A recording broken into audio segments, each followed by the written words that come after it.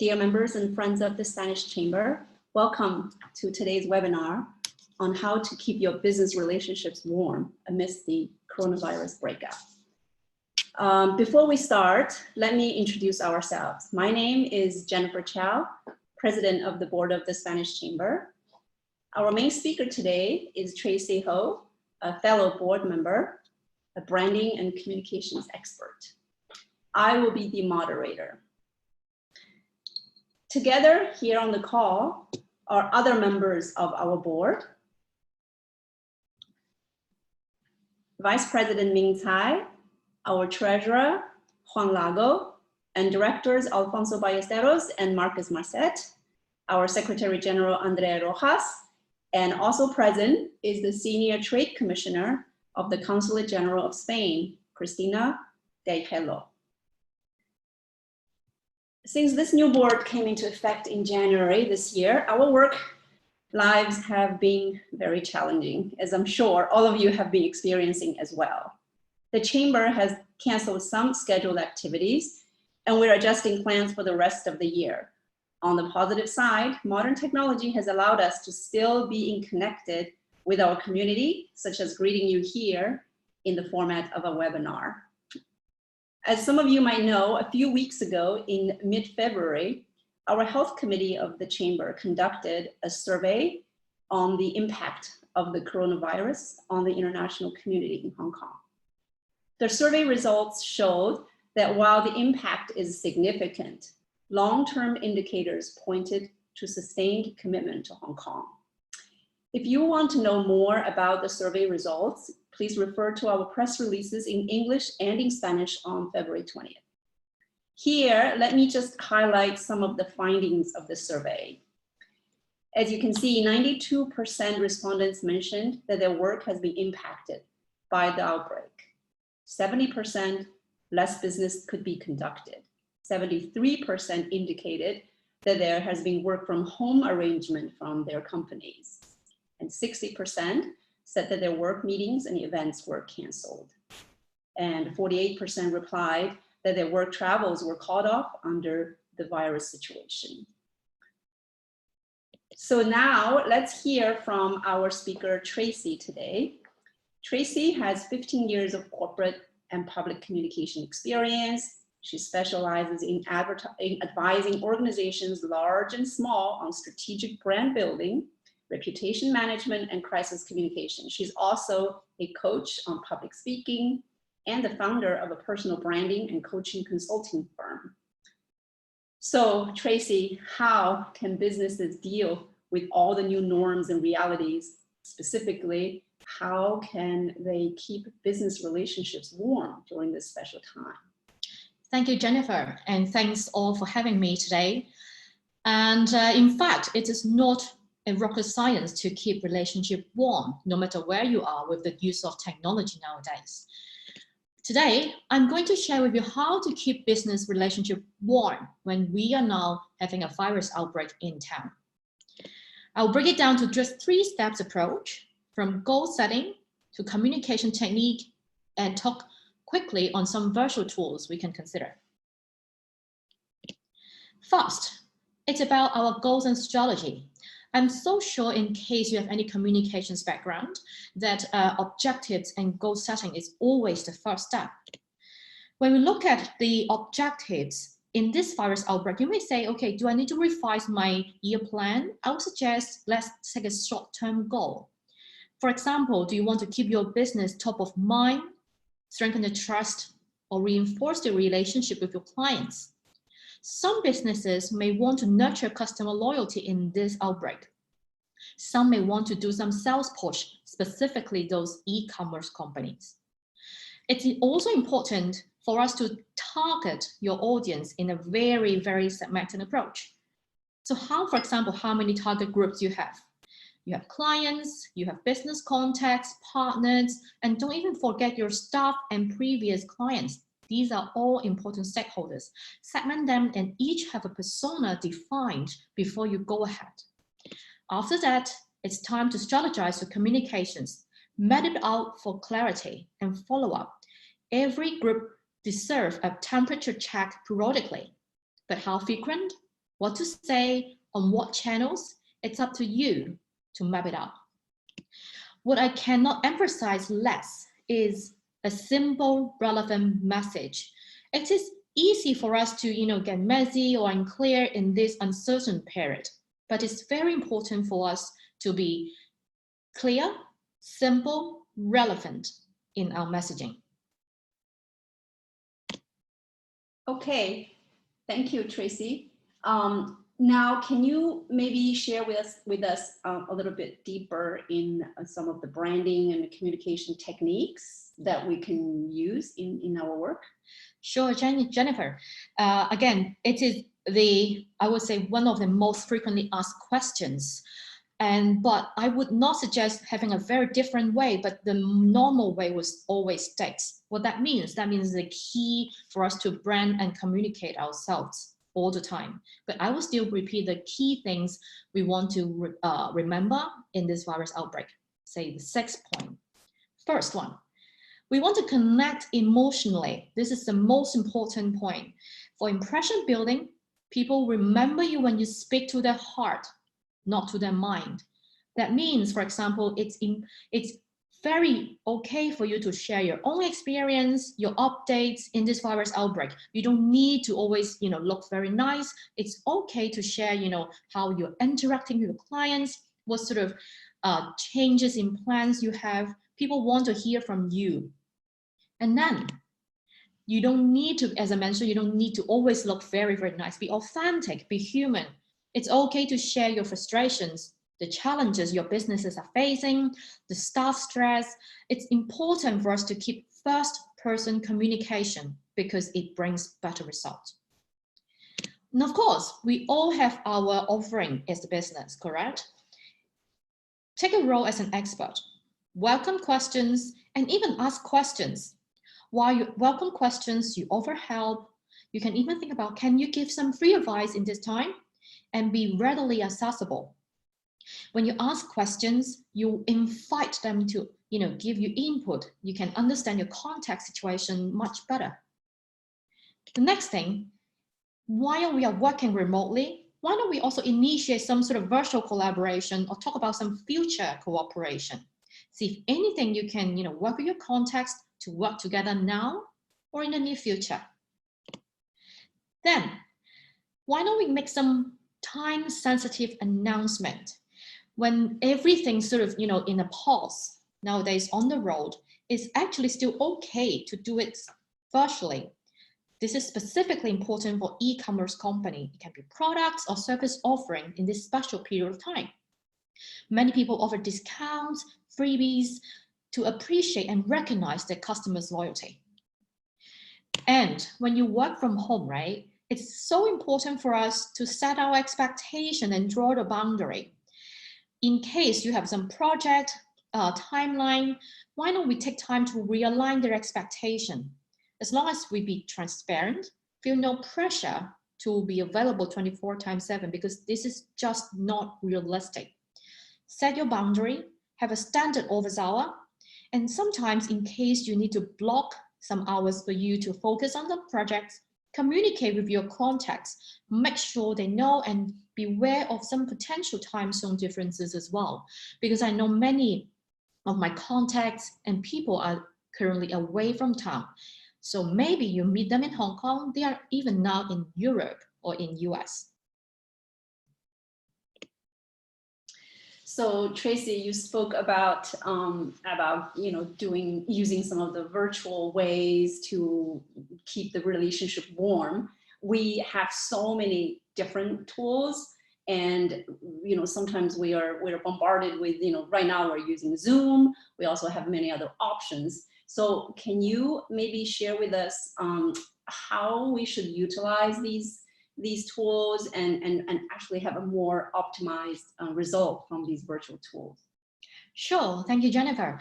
But before we go on to the tools, which will be very, very technical subjects, but I'm so sure many of the members or attendees can totally Google themselves, right?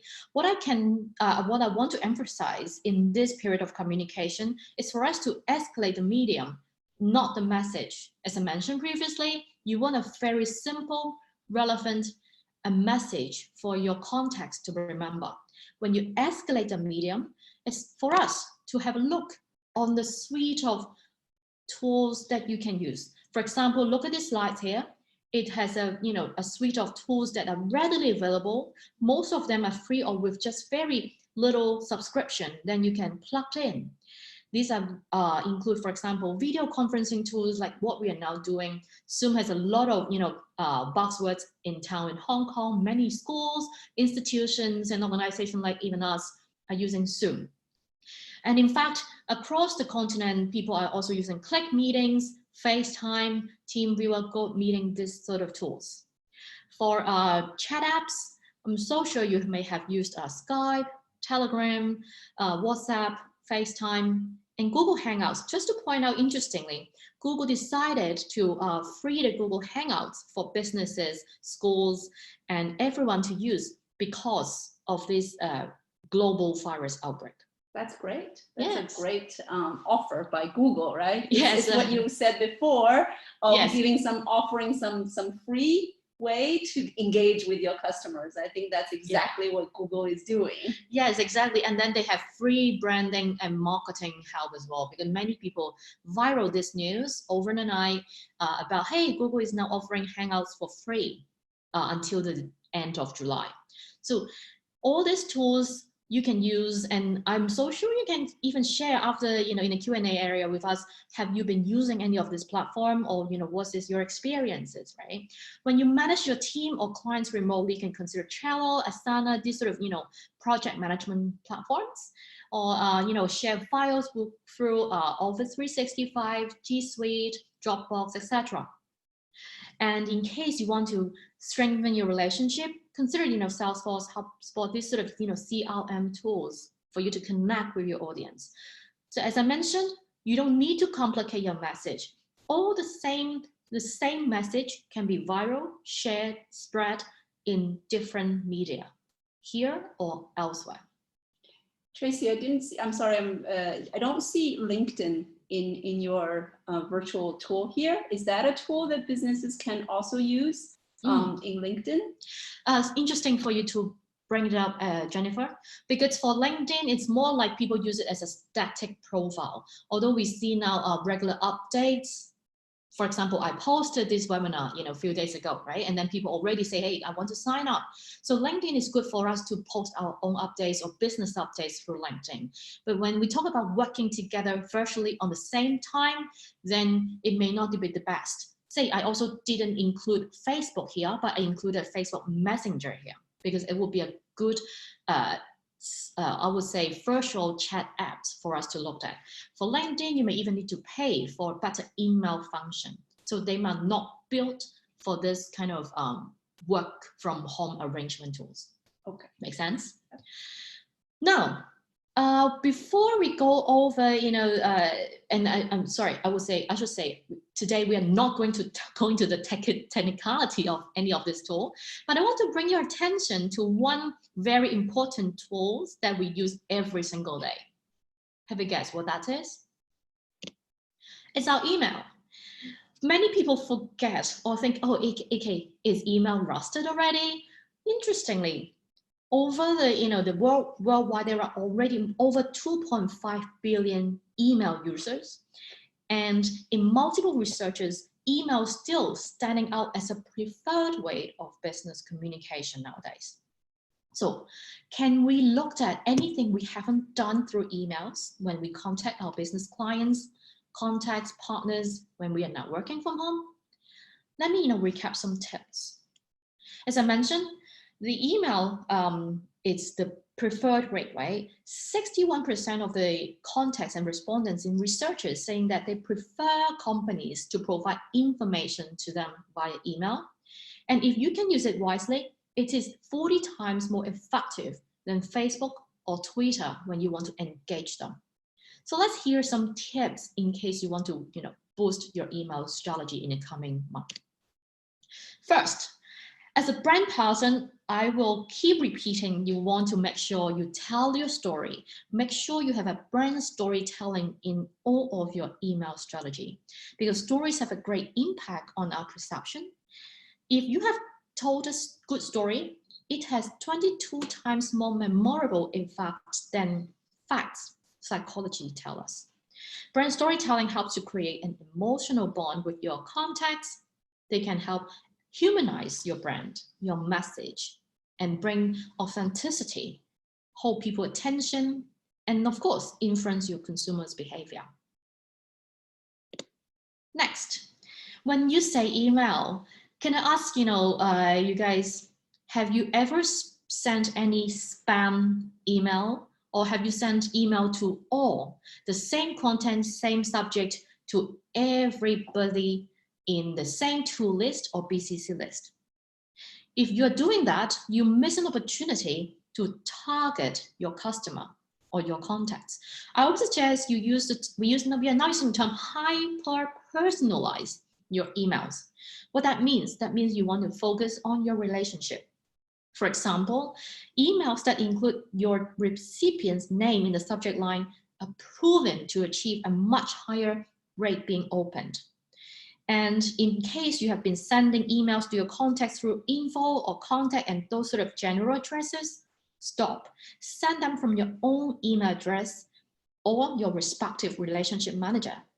It doesn't only risk going to the spam folder, it may never get picked up. Also, timing matters. We are now working from home or anywhere in the world.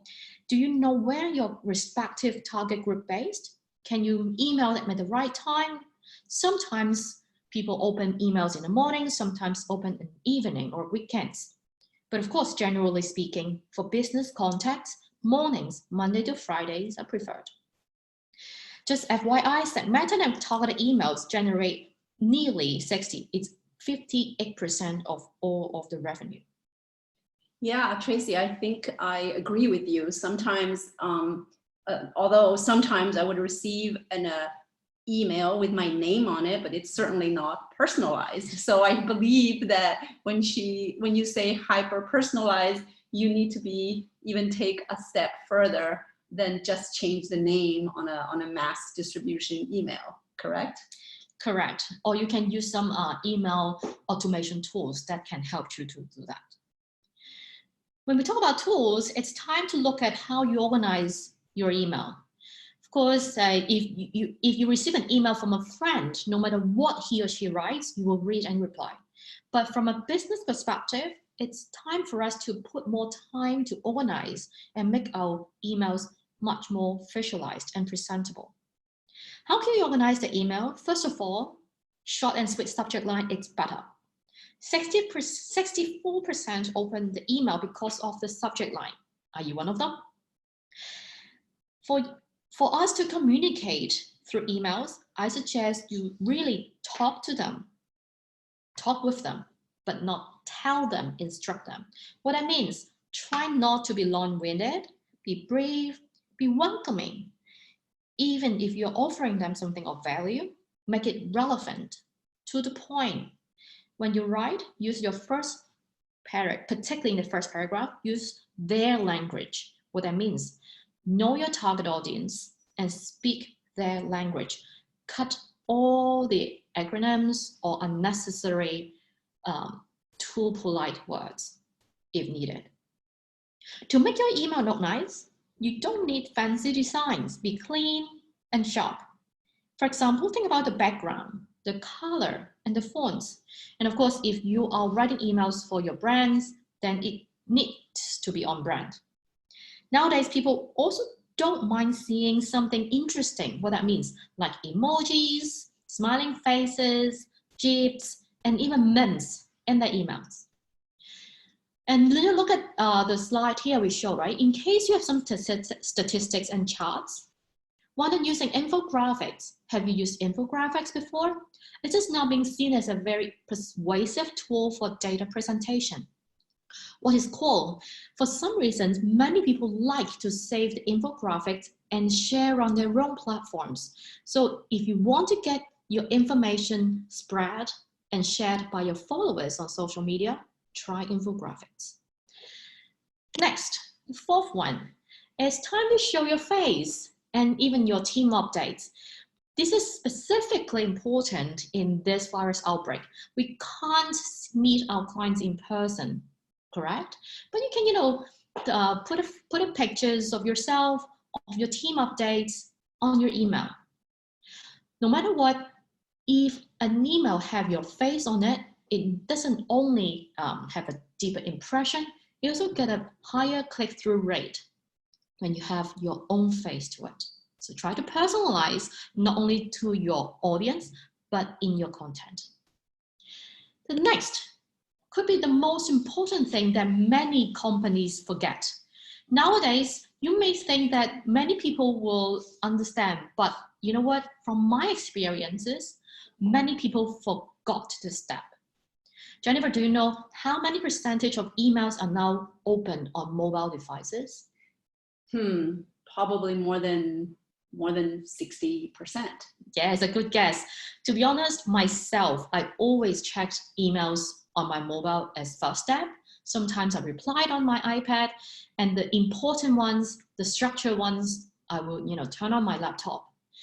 And nowadays, over 75% of emails are opened on mobile devices, but only less than 20% of businesses know this or optimize their emails on mobile. What that means? That means that you want to make sure your emails can be shown in the same format on every single device, from laptop, PC, iPad, mobile, etc.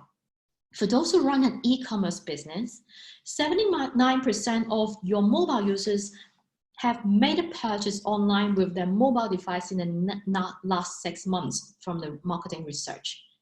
That means customers are now even more than ready to learn about your product and buy it without you even selling them in person. This is a very good statistic, and for us to remember, that means even things stopped, transportation, schools, everything stopped at this virus outbreak, sales not necessarily need to be stopped. From my experience and knowledge, many customers or many brand owners, when they design their brands and information or materials, they only think about websites, they only think about Facebook or Instagram. Very, very, very few of them would think, hey, Tracy, can you help us look at our email loading rate? So now I call for your attention, look at your emails and test if they are well optimized, because you will much more likely to get the email click-through and sales opportunity. This is a very important point. I think one of the worst things that I get annoyed at when I receive an email and it's not properly displayed on my mobile when I'm opening it.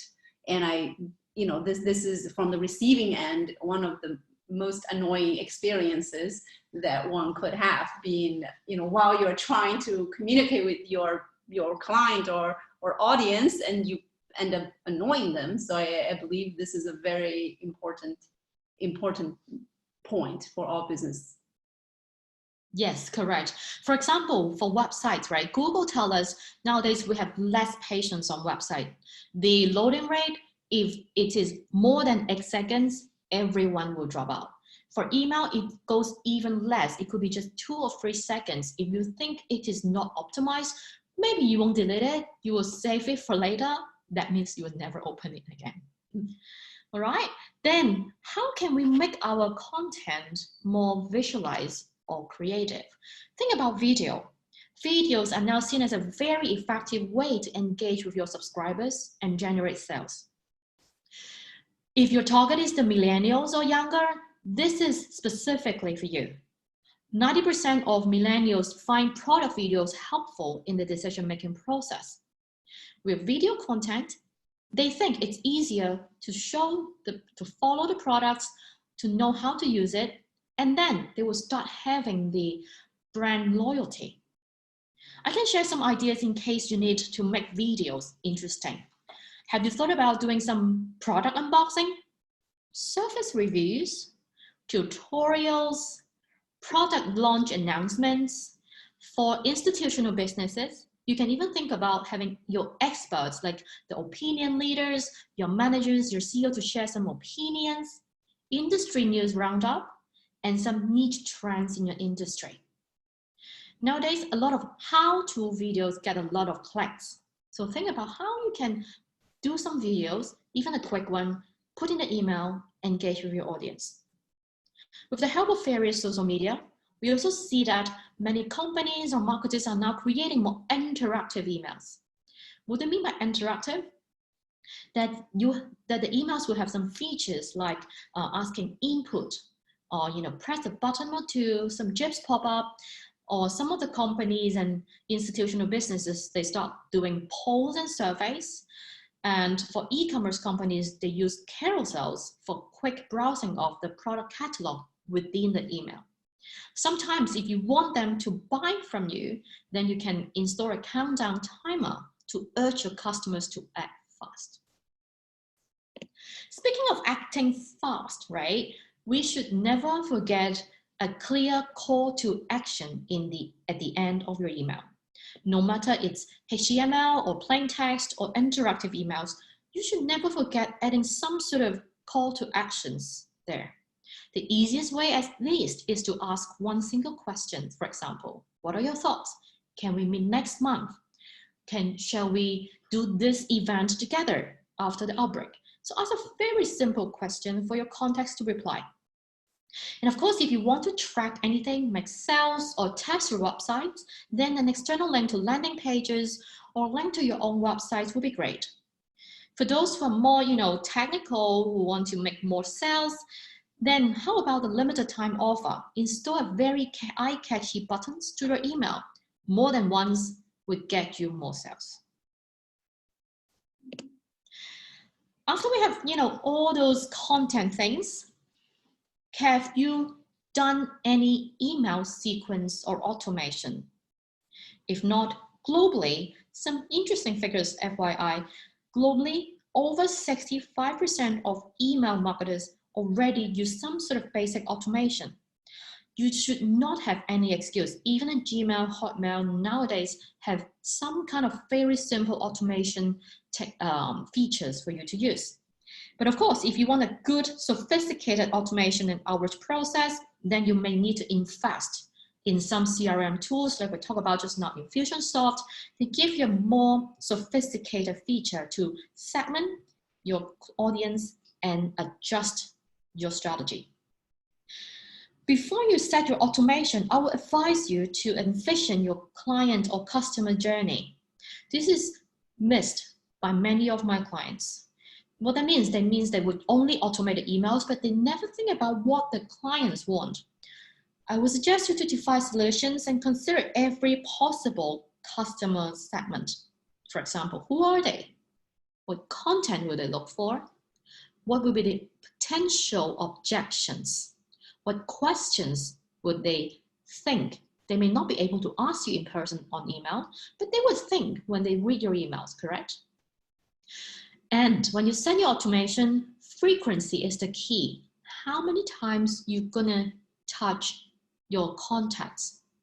Without the right frequency, automation wouldn't make sense. For example, a too delayed email response would leave your customers wondering after opting in for it. But on the other hand, too frequent emails, which I sometimes really receive from other marketers, I really find them very annoying and I will unsubscribe them. Effective automation includes some opt-ins and opt-out option. So don't require or oblige anybody to read or subscribe your emails. Give them a choice. That would nurture better loyalty. Interesting question. I heard from a contact recently. Then they feel there's a need, although they're working from home or remotely, they feel they need to get things done. But in fact, it's okay to leave things unsettled for now. For your emails, that is, they are not magic, right? They can do something, but they may not be able to allow you to make fast decisions. So in case you want some more in-depth discussions, faster decision-making, there are a lot more effective and collaborating communication tools. Like what we mentioned before, using Slack among the startups, for example, they have a lot of groups, hashtags, and different ways for you to engage through Slack. And then it's multiple devices allowed as well. So these online meeting and group messaging tools can allow you to make fast and group decision or group discussion. Like now, we are now using Zoom, so then, Zoom allow you a lot of people to dial in and listen and discuss at the same time. However, if you really want to push things further for in-depth discussion, grab the phone. To avoid things get lost in translation, let's speak, not text. Interestingly, nowadays, many people avoid speaking with each other. That will be I would call the millennial communication barrier. My mother or my grandmother, they won't have a problem of speaking, but for some reasons, our kids, they are very shy to speak up. So as a business owner, try to speak and to the point to relate to your business context, specifically in this challenging moment. Do not forget FaceTime. While group things are always great, but the in-person personalized discussion always help. So continue with your one-on-one FaceTime, schedule some video calls with your clients, your contacts, touch base, even with saying hello, then you can give them some love, touch them emotionally, as we mentioned before. Of course, if possible, why not we still organize some in-person meeting when you can? And then when we talk about a lot of business contacts, right? As a business owner, or if you're a company, if you're a manager, many times in this stage, when we work from home, we focus on our customers. But do not forget the assets you have is your team. So get together with your team if possible, because the team spirit matters. I hope that makes sense for us to know the tools, the strategy, the messaging in this period of time when you keep relationship warm and how. At the end of the day, everything is connected. So this is not a rocket science, as I repeat, just be proactive. In the communication language, we always say, you are your message. No news is actually bad news. So try to approach your contacts tomorrow or even now, right after this webinar. Okay, that's a lot of information. Thank you very much, Tracy, for all the strategies, techniques, and tools that you have shared with us. Before we go on to open the Q&A session, I'm sure we have a lot. Audience, you can use the raise hand option in Zoom and ask a question in audio, or you can type your question in chat form and we will try to get there and answer those. I'm gonna ask a first question, Tracy. We are in Hong Kong and we have a lot of customers that are in China. And obviously China is being very hard hit right now. And I know from my experience that emails don't really work. I send emails, I have to wait a week for them to respond.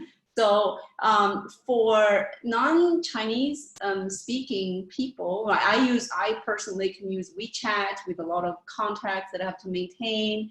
Obviously there is speaking going on in WeChat, group meetings.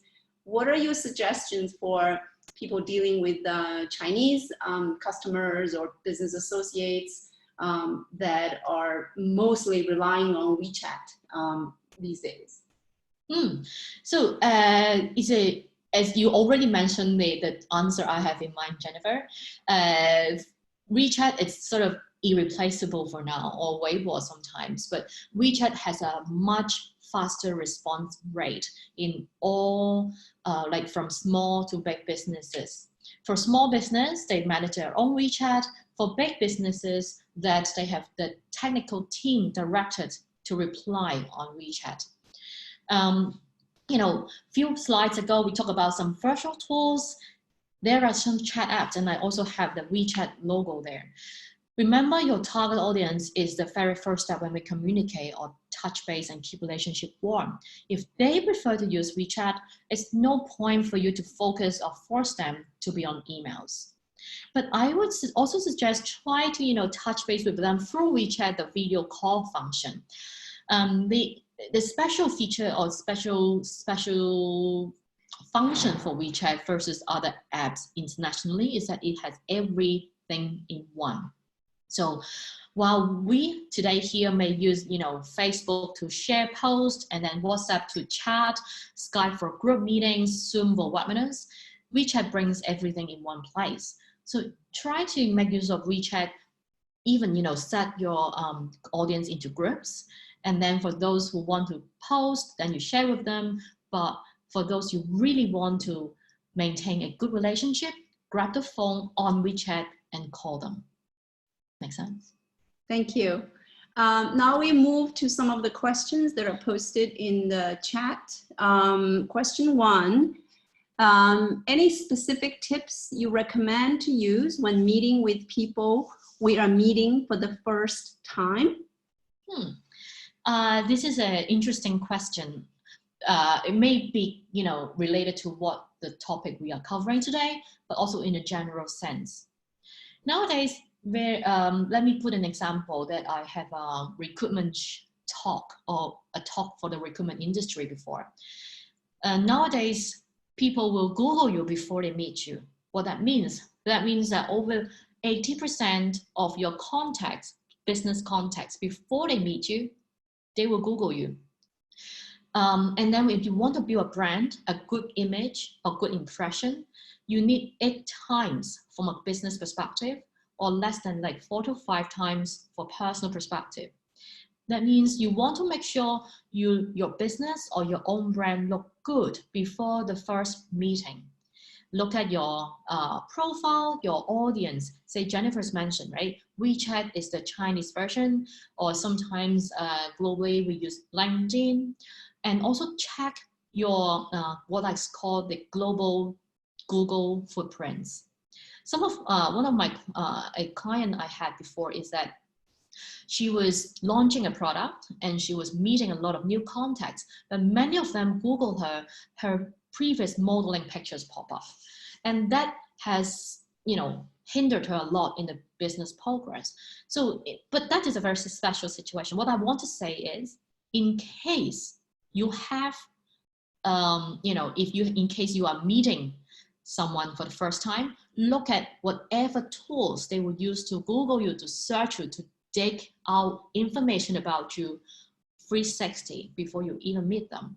So the tips to refer to this question is that try to nurture the relationship before you even meeting the person with offline and online tools. I hope that answered the question. Okay, next question. Hi, Tracy. Of all the team communication tools, which one would you recommend based on your personal experience? Asana, Slack, Teams? Do you have a favorite one? Thanks. Okay, thank you for the question. I would then ask you back, for example, go back to the very first point we talked about. What is your audience? Who are you targeting, correct? My previous, corporate experience, we dealt with a lot of big companies. They would never touch on any unofficial devices. That means even a WhatsApp message needs to be filed and copied back to the emails. In that case, the most preferred communication tool will be the official ones. For example, emails or company internal sites. But for now, when I work with startups or some small businesses, then Slack is always mentioned, particularly with some tech companies. They like to use a lot of mentions, a lot of categories to talk about different things and multiple platforms. And but overall in Hong Kong or Asia perspective, seems to me WhatsApp has been the most preferred tools. Nowadays, documents got shared, voice message got got sent, and many messages got shared and spread through WhatsApp 24 hours a day. And so do I have a favorite? To be honest, yes, I have a favorite. My favorite is still WhatsApp with email. So then email is the things I can trace, but for quick decision, we always grab the phone through text or call. Okay, thank you. Next question. In my job building and strengthening my network, is critical. Any specific tips on how to do that during the period of not being able to meet face-to-face? It is not the same to go for a coffee together than having a Skype call. More importantly, with people we have not met before. What are your suggestions to deal with that? Remember we talk about connect emotionally. Of course, let me take a step back and not in a business setting. Why there are many more couples got married across continents before they met in person? Because a relationship can be built virtually nowadays, as long as you are to the point and connect to the heart. So know who you're meeting with or networking with, what they like, who they like, what sort of topics they may go for. Are they a soccer fans, or are they a rugby player, or they are more artistic person? So it goes down to the personality when we want to build a very strong connections with someone. You don't need tools in that sense. So for now, of course, you cannot meet face to face, but a lot of things you can do. And as I mentioned, statistics tell us people still want a FaceTime without meeting face-to-face. What that means, of course, you can literally use FaceTime or whatever things you can use to have show your face to your contact before you get to know them in person. But remember what I mentioned? You don't need to get everything settled for now. Still, make a date. For example, hey, Jennifer, why don't we have a coffee? Not now, but 2 weeks later. Let's pencil mark 31st March, shall we? And then we can touch base later if the situation gets better. So then it gives you a chance to maintain the connections, because Jennifer, by maybe 28th or 29th of March, she needs to reply me, hey, Tracy, are we meeting? If not, okay, let's reschedule. But if you don't schedule it in your diary, then you missed an opportunity to follow with Jennifer next time. Yeah, just to add to this point, I think that we all have a habitual way of dealing with things, and this virus situation is challenging us to think out of the box, right? Yes, it's great to have a coffee when you first meet someone, have a lunch or whatever, which is the traditional Spanish way anyways. But in this setting, I think we should be bold and to test out, get on a FaceTime video with the person for the first time, because both sides understand the current situation and both sides would adapt, and maybe this will be a surprise, a very effective way of dealing and more efficient, instead of going to a coffee shop wastes a lot of time. Sometimes finding a table in Hong Kong used to be very difficult. Totally. I want to add one point. You make me remember when I coach some spokesperson to talk to media, the reporter they've never met, right? Regardless the nationality or where they come from, who they work for, you can find something in common. For example, food, the weather. Correct. So find something in common. So actually, why don't you make use of the virus outbreak, the situation, to connect with people? What's happening in Italy, what's happening in Korea today. We can actually connect the world closer together. I think we can be more creative. Exactly. Okay, next question is, hi Tracy, thank you for the sharing. Your advice is very helpful. Which communication tool do you recommend the most for an online meeting during this week? During this work from home period? Online we communication tool, online meeting. Yeah. Okay. It is a a more tricky question, but I would suggest you first look at the free tools. The free tools have drawback, like ads pop up, connection would be worse. And of course, if you are thinking from a perspective on the business, think about your budget. Or as I mentioned, Google did a very good job just over the night saying, okay, now it's free for Hangouts. Hangouts, if your company or your network permits Google, that means, for example, outside China, or no VPN, then Google is a very safe one to use.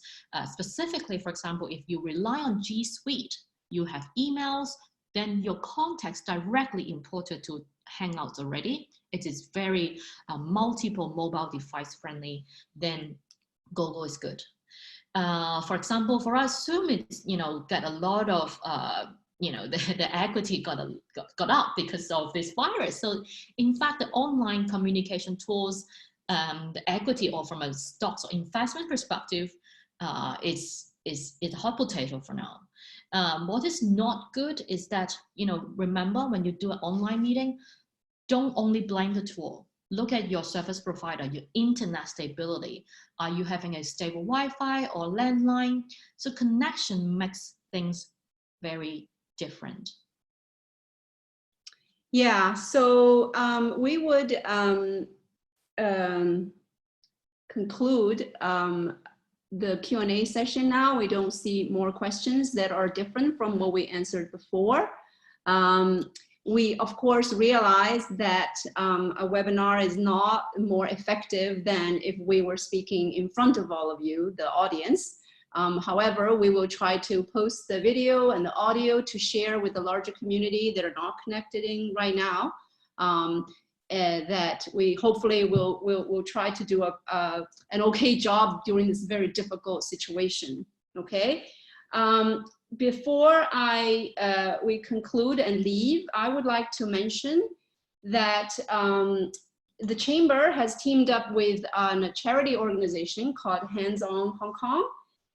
This is because we are all feeling the impact, and the Chamber is giving an opportunity for people to donate to this particular charity called Hands On through our association. So when you're donating, you can mention that you come through the Chamber channel. So Hands On is, I can give you a very quick rundown, but on our website and our newsletter, we've mentioned this before, but our goal is to raise $150,000. Therefore, following Tracy's advice on call to action at the end of an activity, I call everyone who is on the call today to please try to donate to Hands On through our Chamber's initiative.